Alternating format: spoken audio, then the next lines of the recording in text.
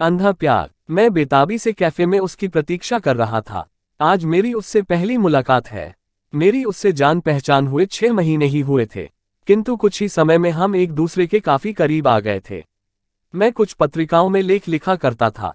ऐसी ही एक पत्रिका में मैंने उसकी लिखी एक मर्मस्पर्शी कथा पढ़ी।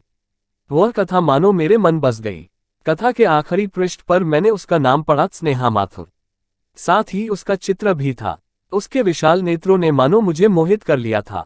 मैं उसकी हर कहानी पढ़ता और अपनी टिप्पणी उससे लिख भेजता। उसने भी मेरी कहानियों पर टिप्पणी लिखकर मुझे भेजनी शुरू कर दी। और यूं ही कुछ दिनों में हमारी दोस्ती हो गई।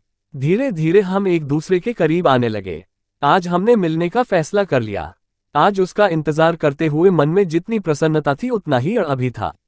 मुझे बचपन में पोलियो हो गया था, जिसकी वजह से मुझे चलने के लिए बैसाखियों का सहारा लेना पड़ता था। मुझे अड़ा था कि इस कारण स्नेहा मुझसे मुंह न फेर ले। कुछ क्षण बाद स्नेहा अपनी एक सहेली का हाथ पकड़े कैफे में दाखिल हुई। वह इतनी सुंदर थी कि मैंने अपना दिल थाम लिया। वे दोनों मेरे पास आकर बैठ गई। कुछ देर बाद उसकी सहेली बाहर निकल गई। मैंने अधिक विलंब किए बिना स्नेहा से अपने दिल की बात रख दी। साथ ही यह भी कहा कि मैं विकलांग हूं। उसने मेरी बात का जवाब नहीं दिया। तुम्हारी खामोशी ने मुझे मेरा जवाब दे दिया।